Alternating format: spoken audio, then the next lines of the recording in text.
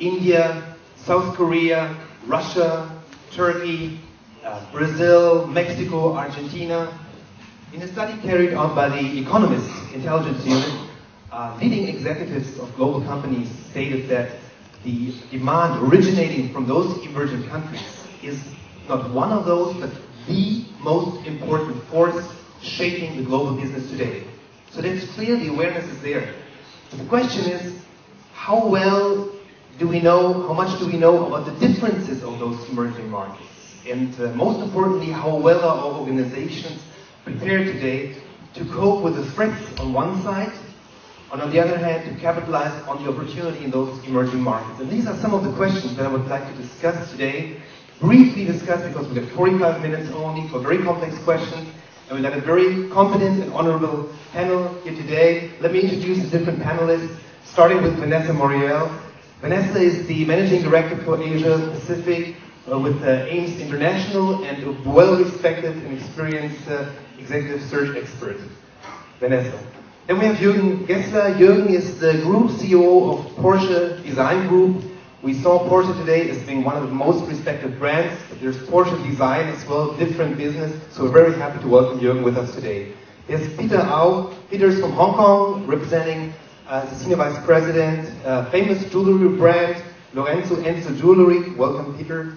And there's, last but not least, Anson Bailey. Anson with KPMG. You see the studies outside. You've heard something. We're very happy to have you here as a very important expert. So, I would like to start by having a first look at the difference of business in emerging markets versus developed markets. So my first question goes to Jürgen from Porsche Design Group. Jürgen, when you compare the business that you're doing in Germany, very well developed market, compared to what you experience, what you're facing in emerging markets, what are the differences in terms of challenges? What's specific to those emerging markets from your perspective? So, I believe always that the definition of the emerging markets in the older sense, we should really throw over the border, because if I look on the presentation this morning, then we can clearly see that with the online, I believe, for example, Germany is an emerging market in the online business. China is not an emerging market in the online business. This is number one. Number two is if we look on the different target groups, what's coming up. So Mr. Brancini talked about saturated European luxury buyers, and the US, there are coming the new buyers up. So if I look on the worldwide global business, so I have in every market a kind of emerging market situation in the old sense.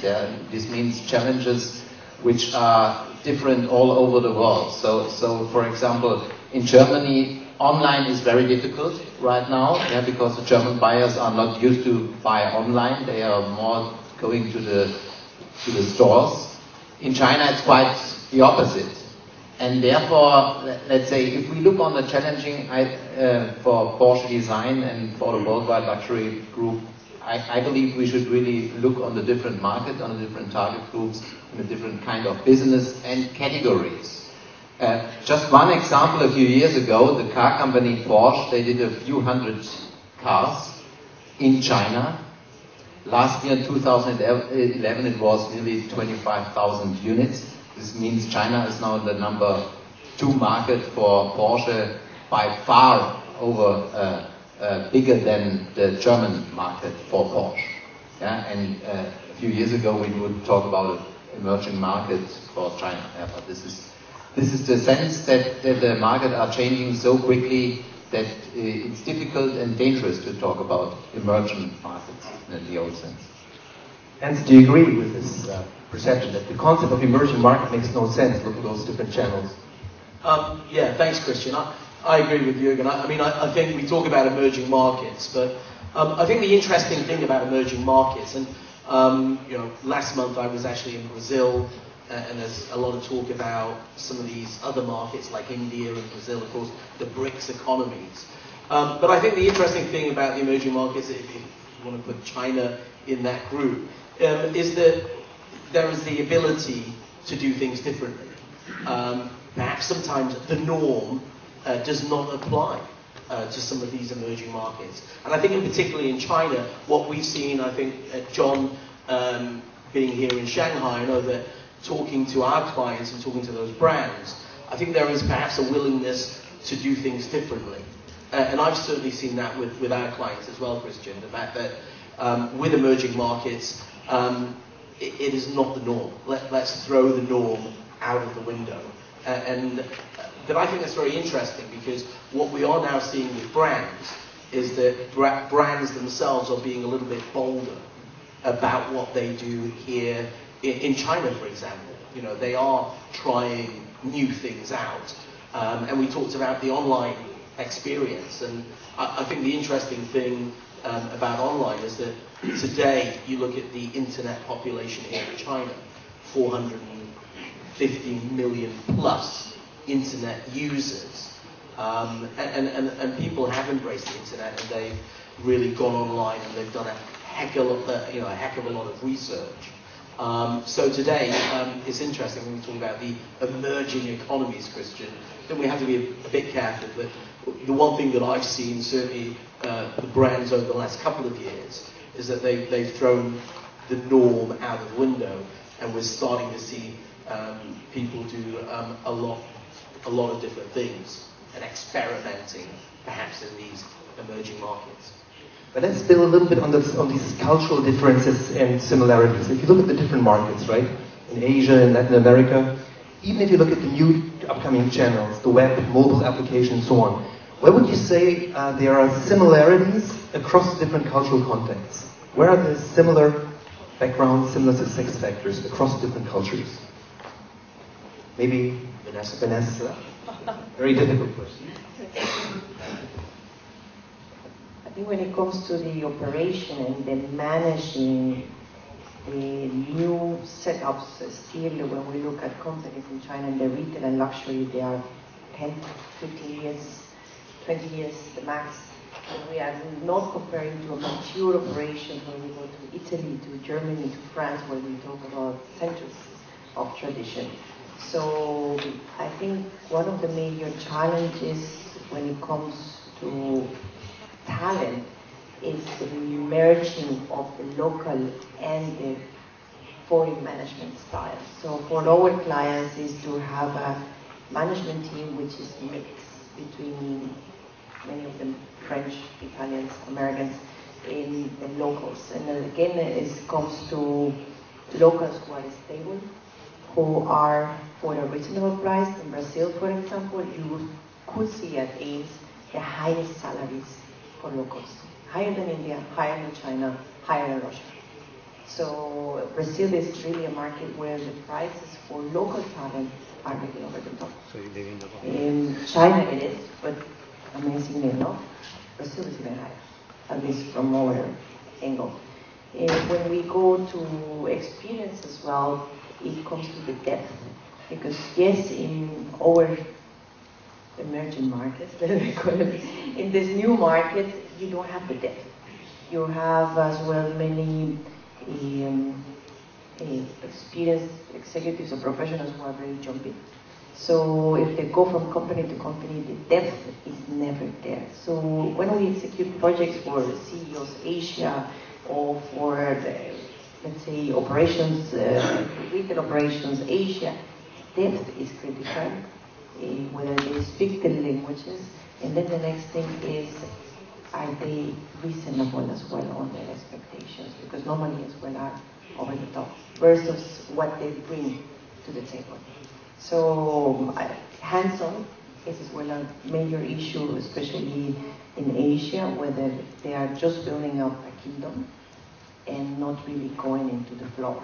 And for all of us in the retail, it's the floor where the money is coming from. So I think this is a very critical area where the Western expectations towards what is available and what can you make with it. So I think this is an issue when we have as well European customers. One of the perceptions and all perceptions is these emerging markets are still cheap. This was not the case. So today you have many local Chinese, Brazilians, Indians who are earning the same as the European. So, or an American. So I think it's really to understand the market has changed. The market has evolved. And the revenues are there, but of course the people who are making the revenues are willing to take part of it. I'm still a little bit concerned with what you said in the beginning, with the classical concept which seems for me to drive the organizational approaches in traditional corporations, like let's cut the world into different regions. There's some regions which are more mature, others are less mature, but the concept is not really right. It's essentially what you said, right? So let's look at how do organizations really take this? Because if it was really about channels and your opportunities, would it make sense to go for a centralized unit which says we take care of worldwide all upcoming new opportunities, no channel opportunities, and centralizing the learning across different cultures rather than going one by one into different countries? Peter, what about you? My experience, my worldwide experience, not our fellow speakers here. My experience is more in China and Hong Kong and so on. I just want to follow up on the topics again, on the emerging markets and luxury goods. I'd rather look at it at a different angle. I'd rather call it old money and newly rich. China is rich to a certain extent, and among a group of people. Of course, a lot of population is still very poor, but that number of rich people in China is so big that it's larger than any other countries or any other developed countries in the world. But then they're newly rich, so they have a lot to learn from the old money, culture, heritage, style. So their desire for luxury goods much bigger than the old money society. That's why in what we call emerging markets, or what I would like to call newly rich, their growth in luxury market will be much bigger. And it's a pity if we don't look at it that way. Please. I'd also like to totally endorse what Peter was talking about there. But also, Christian, I think the interesting thing that I've seen is the speed of change. Because I think here in emerging markets, and I think particularly in China, things happen so quickly.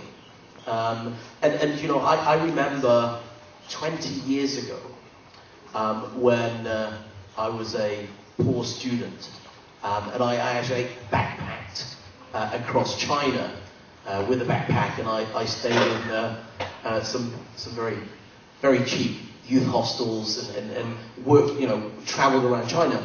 I remember going into the Friendship store in Beijing, and that was the height of luxury, you know, being able to buy some Western, you know, goods and chocolates, and I think of my experiences back then, which is in a relatively short space of time, 20 years ago to today. The rapid speed of change has been phenomenal. It's been amazing. And I think that's what we've also got to remember in these emerging markets, is that things do change very, very quickly.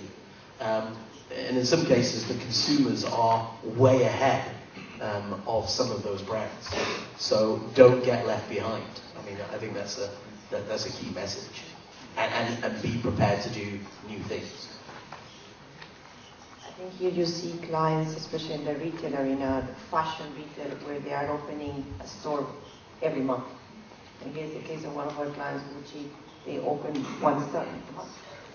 So where you see that fast growth, it's all about the speed, and as well, where did you get all the operation systems, the maturity of the management, and as well the staff to run those stores in all those second and third tier cities, which is a huge struggle for all of them, how to train them, how to monitor them, and as well how to coordinate the potential pitfalls or the service as well, which is where it's an issue on those second.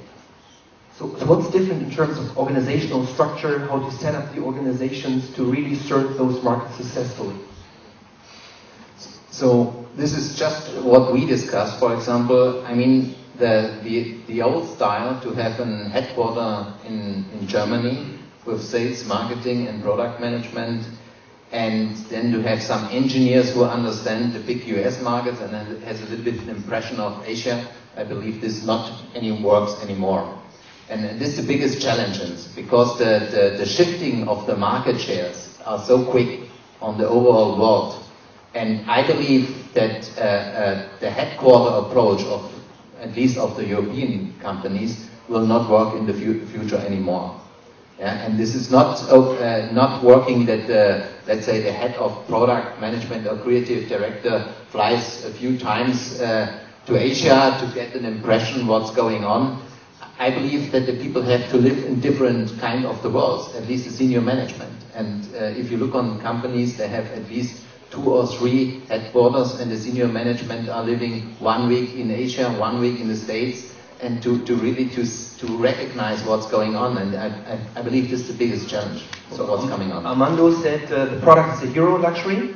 So the question then is, to what extent is it truly possible to sustain with global products, or do we all end up by fully localizing the products to local consumer behavior, which are then subject to fast changes?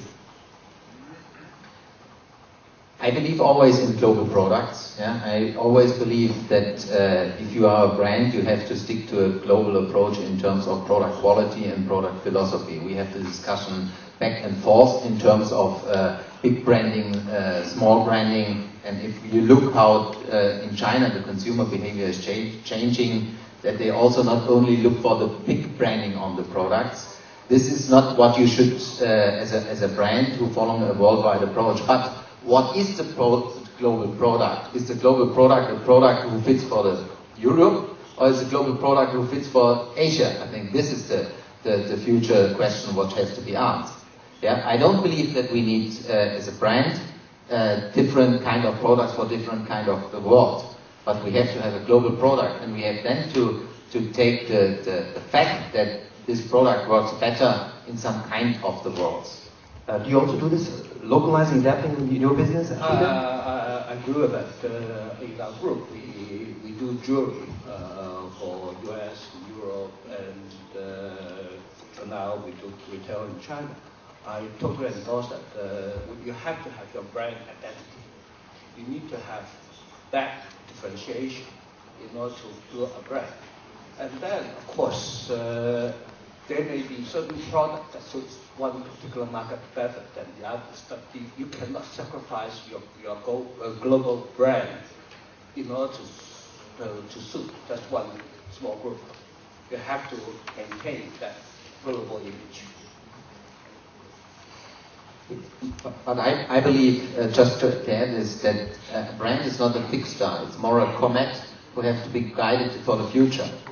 And this is much more fast going than in the past. Yeah, you have to be careful as a brand.